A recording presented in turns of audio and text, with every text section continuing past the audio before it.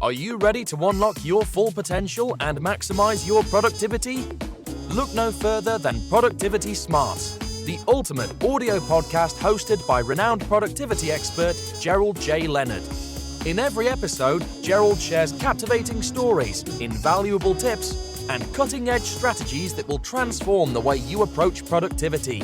Whether you're looking to reduce stress, overcome overwhelm, or simply get more done in less time, Productivity Smarts has got you covered. But that's not all. You'll also gain inspiration from real-life success stories of individuals who have achieved greatness through productivity. Plus, you'll learn the latest tools, techniques, and habits that will help you achieve a new level of happiness and fulfillment in your personal and professional life. So why wait? Join us every week as we delve into the exciting world of productivity and help you unleash your full potential. Get ready to take your productivity to the next level with Productivity Smarts.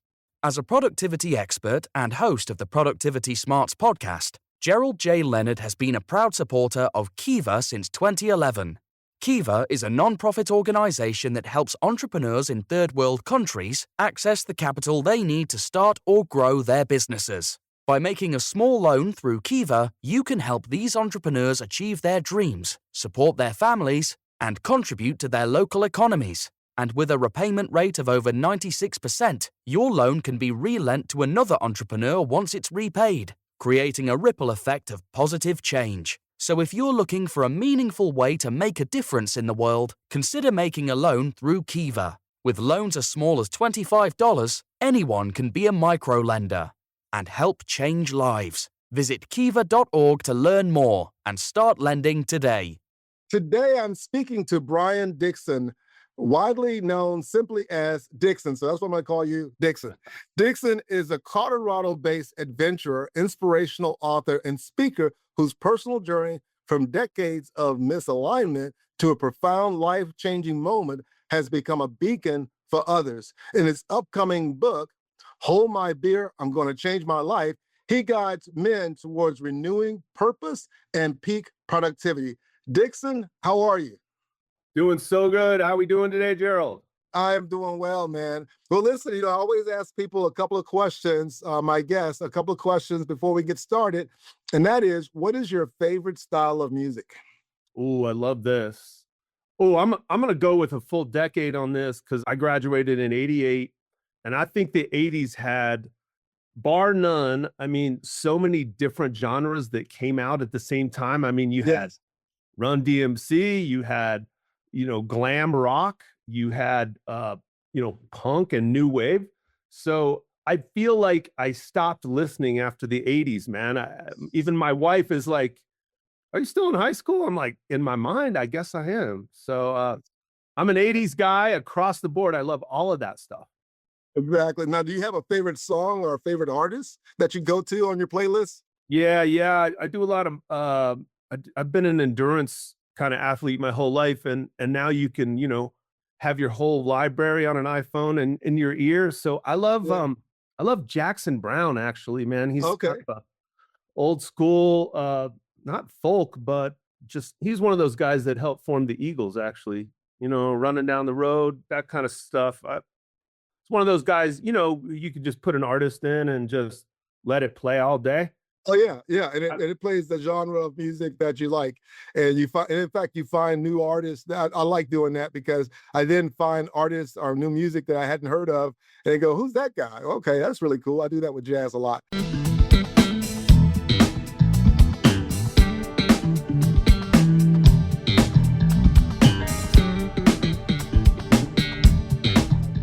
So Let me ask you this. I love the title of your book, Hold My Beer. And I know we were talking about that a little bit before the call here. And the question I have is, you went from being misaligned to having this major breakthrough. And, you titled it as Hold My Beer. What does that journey look like for you? And what was that pinnacle moment in your life that you had to tell someone, hey, hold my beer, I got to make a change? Yeah. Well, it's funny because I feel like I'm the king of great question, by the way, but I feel like I was the king of rabbit holes. So I'm one of those guys that came out of college with a lot of fire in his belly. I was a Division I track guy, and I was a writer. So I wanted to like, take over. I want to run for the Olympics and write the great American novel, right? And Right. so coming out of college, I'm like, I'm going to do all this stuff. I was so passionate for life. And what happened after college is I went against kind of my gut of career and even my partner choice. And it sent me down 20 years of basically going to sleep against what I call my true north, right? So instead of going into journalism, I went into, I was a professional blackjack dealer of all things out of college instead of using my degree. Okay. And by doing that, as well as kind of I don't say getting misaligned in my relationship early. Those two things sent me down rabbit holes to where my passion and my fire for life went to sleep. And I call it a man zombie stage, but I basically went into autopilot for 20 years. And like a lot of people that may be successful on paper, but just kind of dead inside, that was me. And so after a marriage that fell apart with the 2008 financial crash, I was part of the mortgage and real estate crash for Bear Stearns when all that went down in '08. I was a realtor and a mortgage originator, and Wow. all of that income stopped on a dime when Bear Stearns went out of business, if you remember that. Yeah. The start Yeah. of the subprime crash, right? Yeah. Yeah. And so that was one of the things that caused, kind of the implosion of not only my marriage, but my career. So both the things I rabbit But your holed life. into. Yeah. And I started kind of rebuilding after that. I had to go back to other careers like dealing cards and things like this. But in 2014, I woke up with some chest pain, Okay. and I'm a big mountain biker, and I had kind of ripped open one of my legs on a mountain bike, and I went to the ER and I thought nothing of it. That was about March of 2014. Well, 2, 3 months later, I had went to New York and come back to Colorado and started the spring biking season. Yeah. Could hardly breathe. And my girlfriend at the time was like, you need to go get this checked out if you wake up again. It felt like I had a broken rib, you know? Oh, wow. Okay. Ever had that? Yeah. And I showed up at the doctor, which I never go because I'm a pretty healthy guy.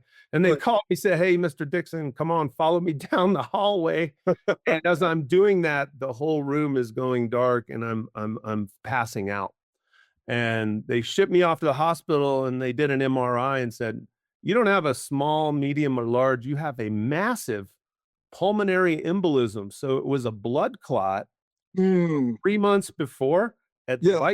the bike incident, and it had moved up through my pelvis into my lungs and could have been a stroke or a heart attack either way. Wow. So when you say wake up call, Oh, I yeah. think financial crash number one, and then it took a few more years to go, what am I doing, man? I'm not really necessarily passionate about dealing cards or being a blackjack dealer or being a realtor or a mortgage person. Like, what did I always want to do as a man? Like, I'm halfway through my life, I'm 44 years old, and I've been asleep this whole time. And so I thought, what's the one thing I can do that makes me feel like me again? And in my case, right before, if I went back to 1997, the Huh. thing that I was doing before I met my wife at the time, that was kind of the wrong, path that I took with her as a partner, but also the wrong career path. I was training to launch a paraglider off Lookout Mountain in Colorado, which is in Golden. So that looks like a parachute to most people. Yeah. Yeah. Yeah. And the reason it fascinated me is I lived at the base of that mountain after college, and every morning I'd wake up and these guys were landing paragliders right outside my window. And at, after years of that, I'm like, that's so interesting. I think I want to try that. And then that turned into, I'm going to do it. And so I started training, but then when my wife got pregnant, I opened the book with, she's like, you need to let this go. This is not conducive to Motherhood. starting a family and all Right. these things. Right. So I also put that back down along with journalism and, kind of my dreams going to sleep. I traded in all that year of work and sold my glider and said, well, someday I'll get to that dream of launching off Lookout Mountain. And so fast forward back again after the pulmonary embolism, I said, man, I think I need something to help me reclaim my fire. And I happened to go to a graphics class for real estate. And the guy that was teaching it, this is like kind of out of a Hollywood movie. His name's Okay. Tim. I call him my Yoda, but I just walked into this class randomly, and he's teaching a graphics class about YouTube and how to, optimize things on YouTube. And all of his graphics are paragliding. At the end of the thing, I went up to him. I'm like, man, I got to tell you, watching your videos, man, I used to be so hot to trot 25 years ago to launch Lookout Mountain. And he goes, well, what are you waiting for? I could help you do that. I'm a professional instructor for paragliding. And I'm like, whoa, whoa. And so that's what started a 2-year journey where I actually said, you know what? I'm going to make this non-negotiable decision in my life to just reclaim one thing, one bit of my fire. And that started this journey of every time the wind would blow in paragliding, it's like surfing. You're kind of waiting for your wave to come in. Right. It's not like I'll go practice at 5 o'clock every night. You got to wait for the wind. And so I would have my rig in my car, and the leaves would rustle, and I'd run outside. I'd set up time with him. And suffice it to say, after 2 years of training in 2022, I was 52 years old. I launched off Lookout. And I'll tell you what, Gerald, that did everything I thought it was. I got everything out of the journey of what it made me feel like as a young man. But then it also had me start looking at, wow, now that I've kind of realigned myself with one big thing in my life, what else can I do? Right. And started this positive flywheel of how I might look at other categories of my life, if that makes sense.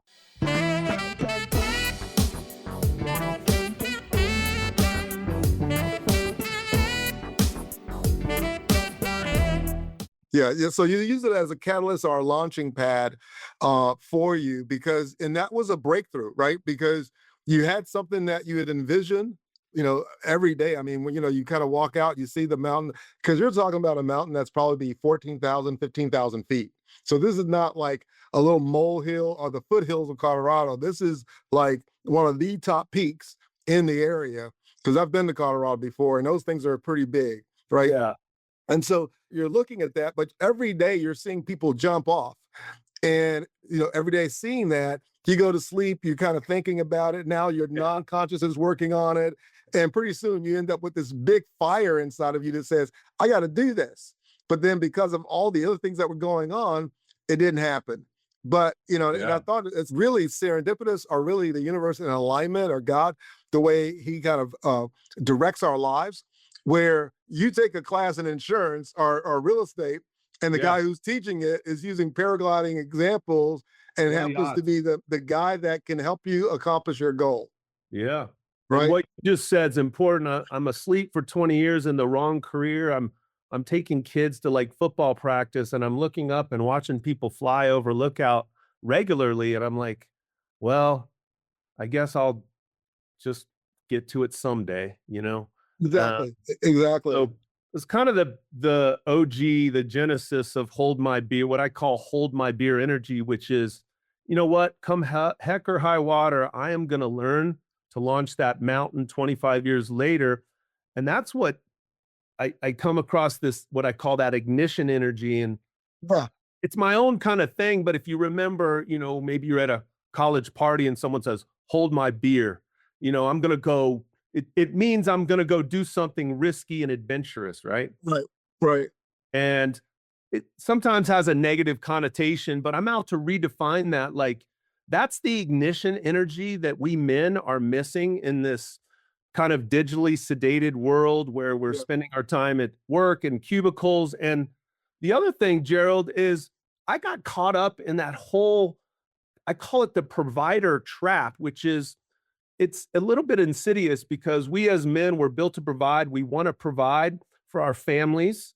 We want to make sure our kids do well and be a good spouse to our partners. But Right. inside of that, I'll tell you, I grew up in a religious background and also I was an Army brat and was born in Missouri. So Midwest Army and Catholic upbringing. So it's very much like I'm built to serve, right? And inside of that, I feel like men can lose themselves inside of that providership piece, which is they don't have any guardrails for their own dreams. So for you, for instance, you were into jazz and your whole Yeah. story, right? Yeah, exactly. In fact, I did classical and jazz through college. I played professionally. I then did some ministry work in New York and got married. So next thing you know, Right. I'm married with 2 kids. And I made a decision to kind of put my career on the back burner because I had friends that I went to college with that were playing with heavy hitters in jazz and traveling Europe and things like that. But what I started seeing was many of them, or a few of them, would get out there because they were on the road so long and they got married, they'd start messing up, right? And so they kind of blow up their marriage by being out there by themselves. I was like, that's not the life that I want. And here's the other thing. My dad had his own business and he was in construction and he did concrete. And so every morning at 5 o'clock, I would see him preparing his truck for the jobs that he would be working on and building homes and laying the foundations and getting the men that come and work with him. Right. And so my thought of being a dad was every morning at 5 o'clock, you got to be there. I didn't ask to be here. He brought me here and his mindset was, I'm going to raise you and I'm going to be that presence in your life. So I took that for myself. And so I look at it from the standpoint of when I was going through fatherhood, I totally enjoyed it because I use music throughout my life and throughout my career and throughout my parenting with my kids. Both of my daughter and my son do a lot with music at times. But the big thing of really being an artist and recording and things like that didn't happen until after my kids were grown, right? Where I actually recorded music and things like that I really wanted to do. But I was okay with that because of I was able to kind of hold simultaneously this picture of my career, but I had this picture of my dad. And I just could not see myself abandoning my family to go do this. And so I just said, okay, it's going to be on the back burner. This is my role right now. And if it's meant to be, it's going to come back to me. And it did. But I think you might be the exception because a lot of guys might forget, hey man, I'm taking kids to practice. I'm going to work. Yeah, you get lost in it. Paycheck guy. So you're like, maybe I'm just a little too tired coming home to practice jazz tonight. And if you do that enough, your jazz practice goes away. So my point is we need to have guardrails as men inside of the providership role so that you don't forget that little bird, that little dream, like, man, I need to have something for me that's still me, or else the zombie takes over, right? The autopilot comes into play and you're like, know who I am anymore. It's been 20 years. I haven't practiced jazz in 15 years. Right. And so, but by holding on to that and making space for it as I was raising my kids, it did give me something that my kids could look at and go, wow, that's really good at jazz, or dad's really good at this, I played at church and I played different benevolent concerts. And sometimes I'd play a real concert, with another artist or whatever. And they would know that, oh, dad does these things as well, but he's also dad. Right. And so I think it's really important as if somebody's listening to this and they're in the middle of, hey, I'm young, I got kids, but I have this passion. Right. Set aside time for yourself because it's kind of like what they say when you're taking a flight, right? In the case of emergency, put your mask on first. Right. And then, help your kids or, help someone else. And so I think it's really important for us as men to always kind of, have that area in our life where we're putting our mask on first and we're keeping some of that passion going.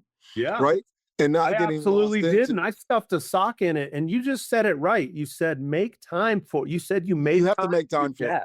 Yes, right? You have to make time for it. Let me ask you this because, obviously I had a major bout with vertigo, and that's actually what started this podcast, right?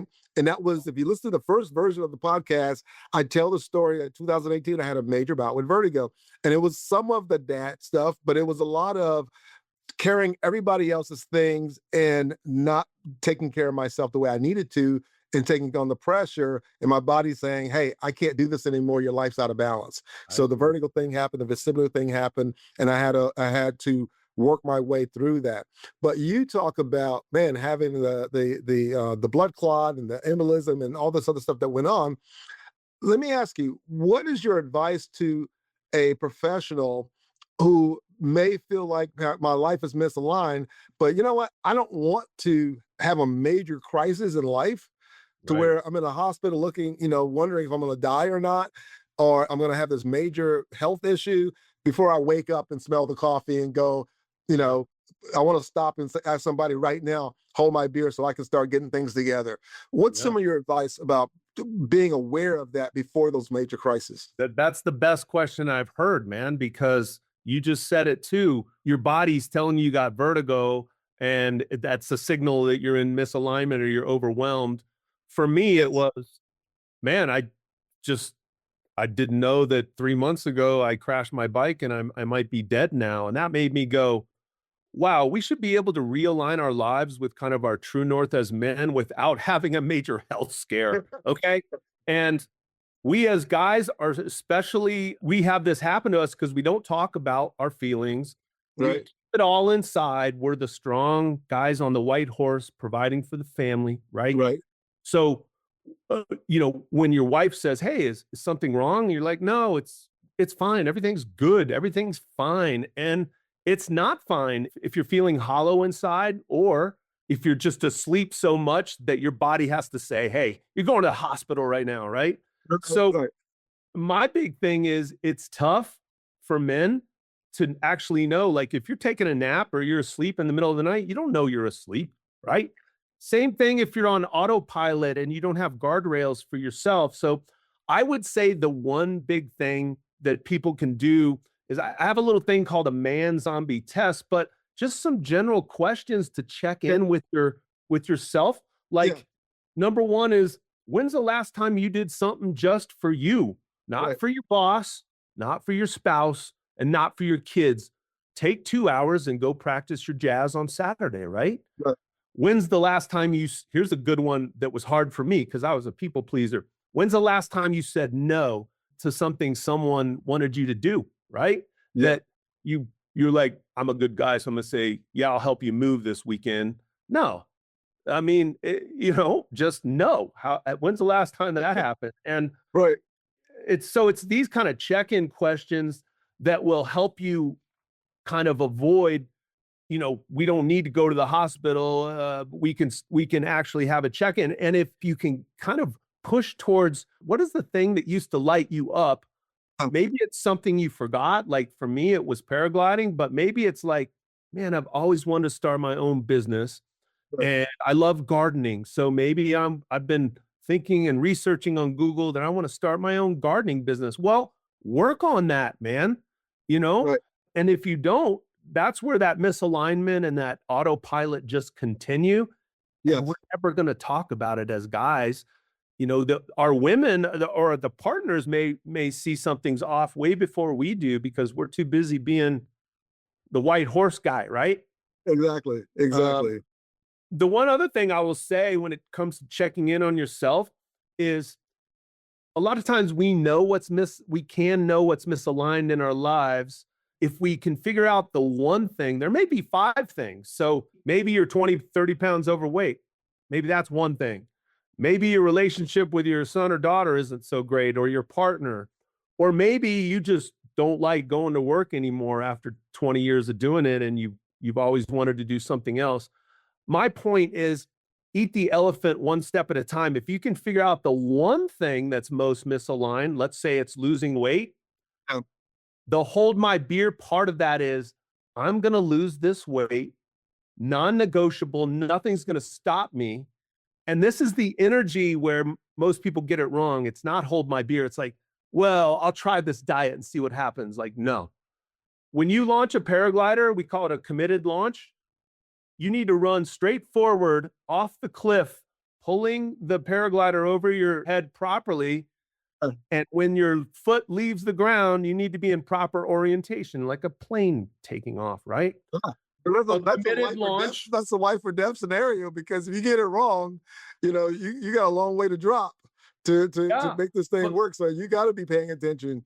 And I would say, Gerald, that, life or death scenario is how you should treat Hold My Beer. Non-negotiable, no matter what, man, I'm going to lose this 25 pounds. And in my experience, for me, it was launching Lookout had me then look at, wow, how do I treat my relationships in my life? And then the other thing was like, why I'm talking to you right now. 25 years ago, I said I was going to write a book, and launching Lookout has not only got me in shape and a new partner in life because I opened myself up, but I'm like, man, I've always wanted to write the book. I'm going to hold my beer. I'm going to write my book right now. Right. But so if people can treat the one big misalignment in their lives as a non-negotiable, I'm going to fix this, I feel like it's a positive flywheel that starts you going, wow, I lost 15 pounds because I was hardcore with myself. I was a little dangerous. Like,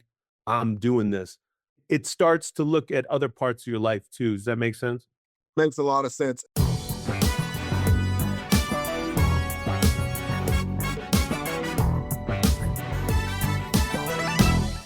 And it's one of those things where it's not something that you deal with just because you become a father, right? That's one phase of your life. But then when your kids get older and they're grown, and then you find you're empty nester, or you go through a divorce and you have to rebuild your life, you move to a new area, you find yourself in that place over and over again. And that's just kind of the journey of life. So you have to take it many times throughout your life. You have to take that hold my beer mentality. You know what? I need to do something right now that is going to ignite me, that's going to give me an advantage so that I can find that fire. I know you talk a lot about, reclaiming that fire inside of you. And I'll share this. I know Jack Canfield from, just some of the networking groups that we're part of, have been a part of. I've had the pleasure of being interviewed by him and being in programs with him, also with Les Brown. Both of these men are in their 80s, right? And also still got the fire, don't they? Exactly. I also remember meeting Harvey Mackay. I met Harvey Mackay when at a speakers conference when he was 85, and he said to me, and we were talking, and he looked amazing as far as his shape and whatnot. And so we were just talking. He says, at 85, I have a golf coach, I have a strength coach, I have a yoga coach. I'm like what in the world? Most people at 85 are like looking for a rocking chair and someplace to go sit down.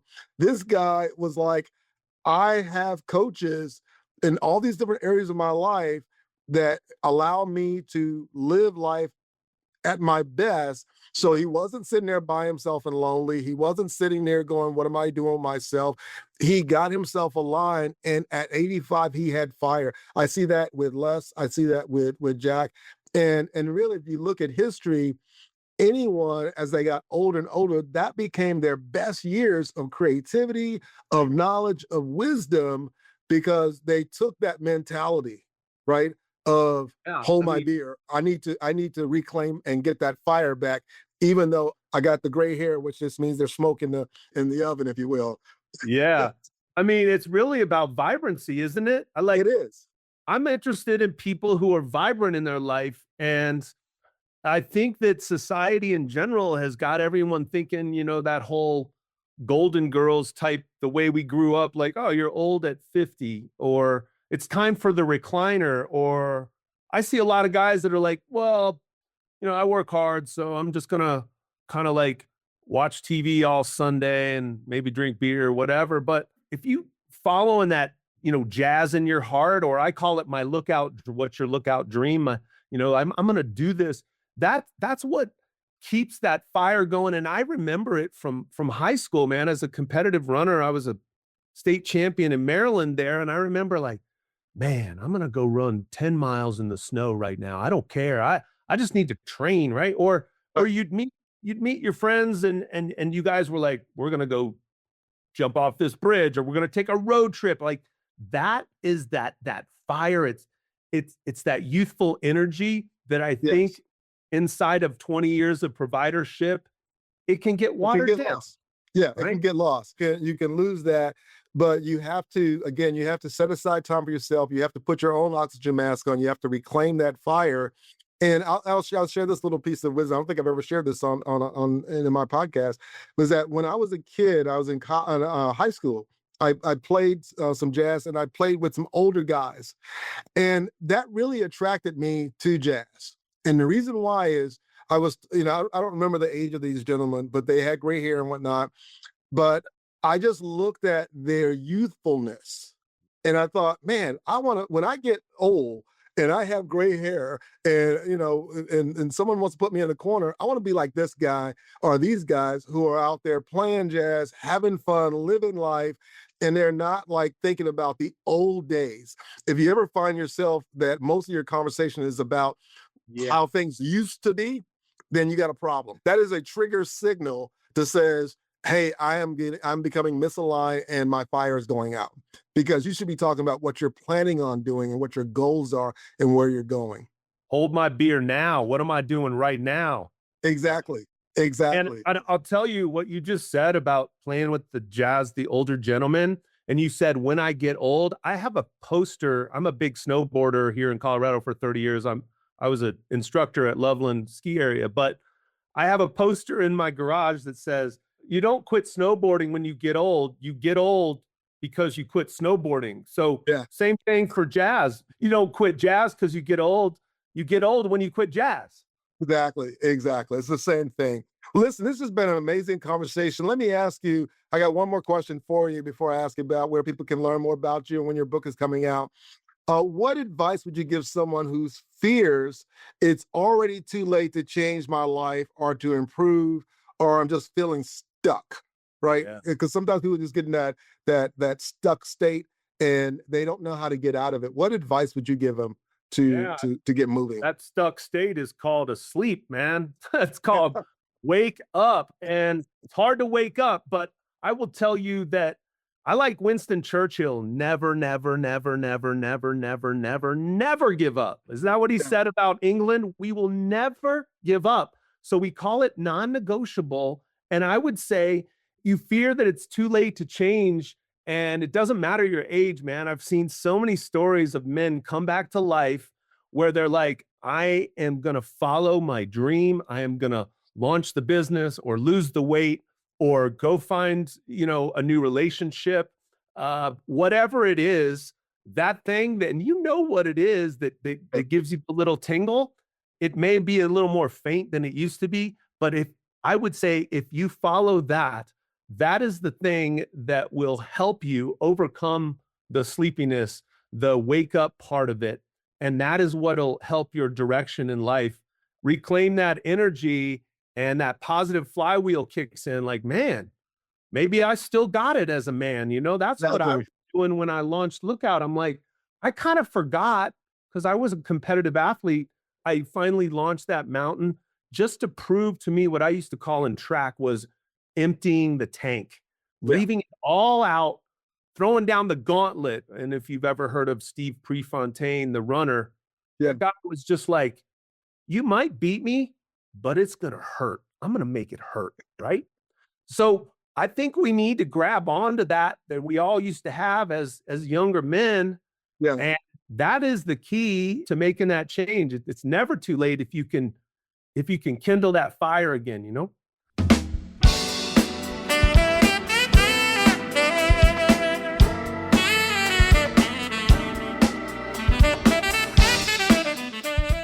Exactly. Well, Dixon, this has been an amazing conversation. I totally enjoyed it. I totally enjoyed reading parts of your book that I had access to. And so let me ask you, where can people learn about you? When is the book coming out? And if somebody wanted to get in touch with you and network with you or, learn from you, get coached by you, whatever, where can they find you? Yeah. It's we're looking real forward to helping men and maybe having some retreats out here in Colorado where people can unplug. But we just put up the website. It's kind of like the whole ecosystem for the book and speaking and such. It's called Go with Dixon. So Dixon. I just kind of made it pretty simple. That's all live right now. We're not haven't promoted it too much, but it is out there. And that's where you can get more information about the book, and which comes out in the fall. And where we're headed with, I'm going to be the Pied Piper here, like, Paul Revere, like, let's go, guys. It's not over, man. 50 is just getting started, right? Exactly. Well, listen, this has been an amazing conversation. It's really gotten my fire going this morning as we're talking, because we're recording our conversation early in the morning. But I really appreciate your mindset, your energy, what you're bringing to the table, being willing to share your journey, because I always say, when someone has a life where they've overcome some major challenges, you leave breadcrumbs. Right. And if someone else is following your footstep and they see those breadcrumbs, they know they can learn from you what to do, what not to do, but also from your experience. So thank you for being open enough to share your wisdom and putting it into a book and giving it a really cool title. I like that, Hold My Beer, because I got something I got to do. So Dixon, thank you so much for being a part of the Productivity Smarts podcast. Hey, man, it was a pleasure. I appreciate you having me, and really great talking to you, man. I love it. If you're enjoying the content and finding it valuable, we would appreciate it if you could take a moment and leave us a review. Your feedback is important to us and helps us reach a wider audience. If you leave us a 5-star review, it would mean the world to us. Not only does it help us improve the podcast, but it also helps us attract more sponsors and grow our community. Thank you again for your support and for listening to the Productivity Smarts podcast. Thank you for tuning in to Productivity Smarts, where we help you achieve your goals and live your best life. We hope you've gained valuable insights and actionable strategies to boost your productivity and increase your happiness and fulfillment. Remember to apply what you've learned and keep striving towards your goals. And if you haven't already, be sure to subscribe to our podcast for more inspiring episodes and expert advice from our host, Gerald J. Leonard. Until next time, keep pushing forward and unleashing your productivity smarts.